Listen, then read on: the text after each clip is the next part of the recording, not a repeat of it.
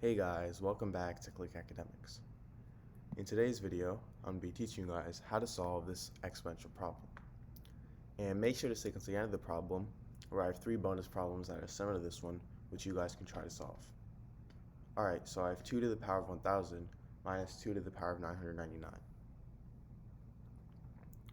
So now to solve this problem, I'm going to first rewrite this as 2 to the power of 999 plus 1 minus 2 to the power of 999. So 1000 I just rewrote as 999 plus 1. Now, if I have something in the form a to the power of m plus n, this is the same thing as a to the power of m times a to the power of n. So now 2 to the power of 999 plus 1, we can think of a as 2 in this case, m as 999, and n as 1. So now this is going to equal a to the power of m, so 2 to the power of 999 times a to the power of n, so 2 to the power of 1.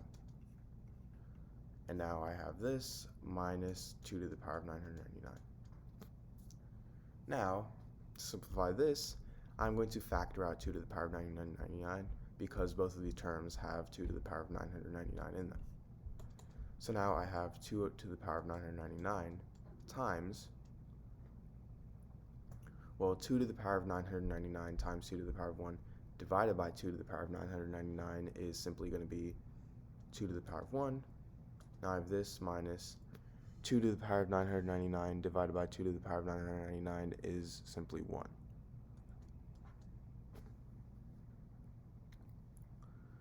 So now, 2 to the power of 1, well, this is the same thing as 2. So now I have 2 to the power of 999 times 2 minus 1. Now 2 minus 1, this is simply going to equal 1. So I have 2 to the power of 999 times 1. And this is equal to simply 2 to the power of 999 because anything times 1 is itself. So 2 to the power of 999 is our answer. Alright, so I have 3 to the power of 20 plus 3 to the power of 20 plus 3 to the power of 20. Now for this problem, I actually have 4 answer choices. So for answer choice A,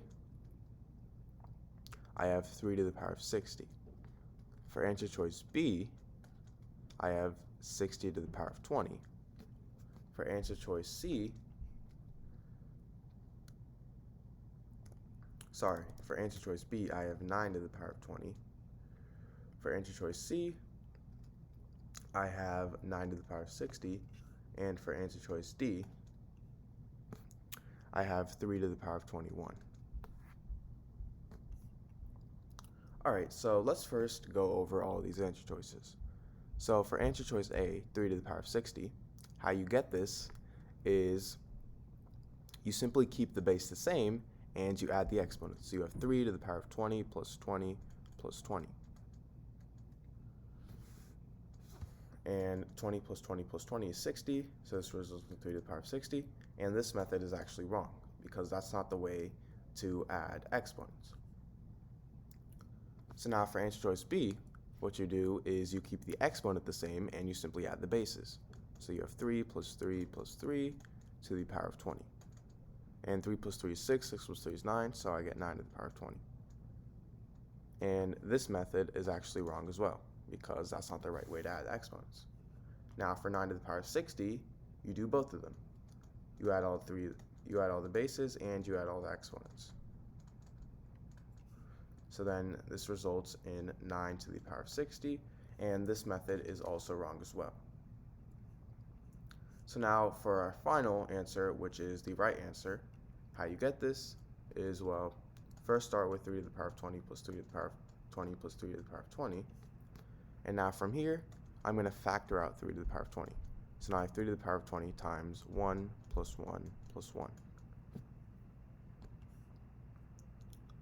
Now, if I simplify this in the parentheses, I get 3 to the power of 20 times 3. You can write this as 3 to the power of 20 times 3. And now 3 here, this is the same thing as 3 to the power of 1. Now, if I have something in the form a to the power of m times a to the power of n, this is the same thing as a to the power of m plus n. So in this case, this is going to equal 3 to the power of 20 plus 1, and now this is equal to 3 to the power of 21. So this is my answer.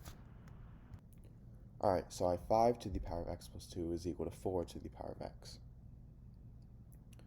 Now, I obviously want to find the value of x for this. So for my solution,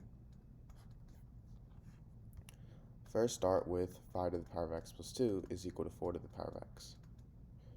Now, I'm going to take the natural log, or also ln, on both sides. So now I have ln 5 to the power of x plus 2 is equal to ln 4 to the power of x. Now, an important property of logarithms is that if I have something in the form ln a to the power of b, I can actually move this exponent b to the front of the logarithm. So this is going to equal b times ln a. And what makes this property so important is that, let's say we had 7 to the power of x is equal to 9. Let's say we had this problem. So now, as you can see, x, this is an exponent.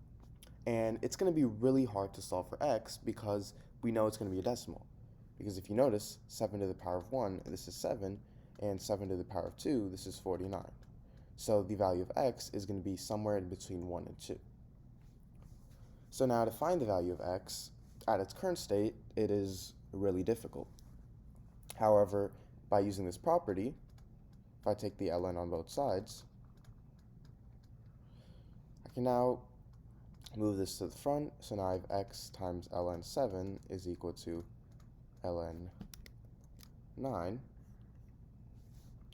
And now, as you see, x is a normal term, and it is much simpler to solve for x. Now all I have to do is divide both sides by ln 7. These two cancel out, and I'm left with x is equal to ln 9 over ln 7. So that's why this property is so useful. So now for our original problem, I had ln 5 to the power of x plus 2 is equal to ln 4 to the power of x. Now I can move both these exponents to the front. So now I have x plus 2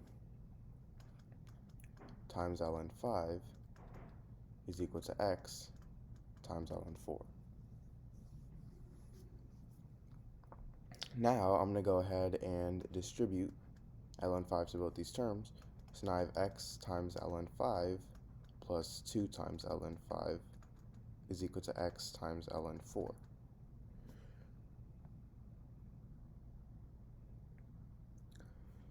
Now I'm going to subtract both sides by x times ln 4,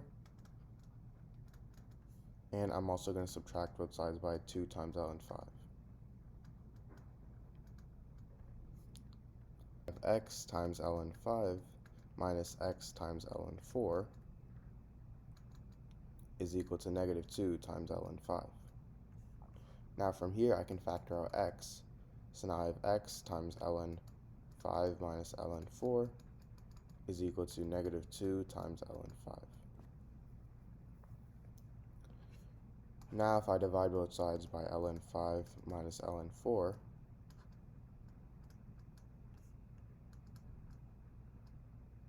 these two cancel out, and I'm left with x is equal to negative 2 ln 5 over ln 5 over 4.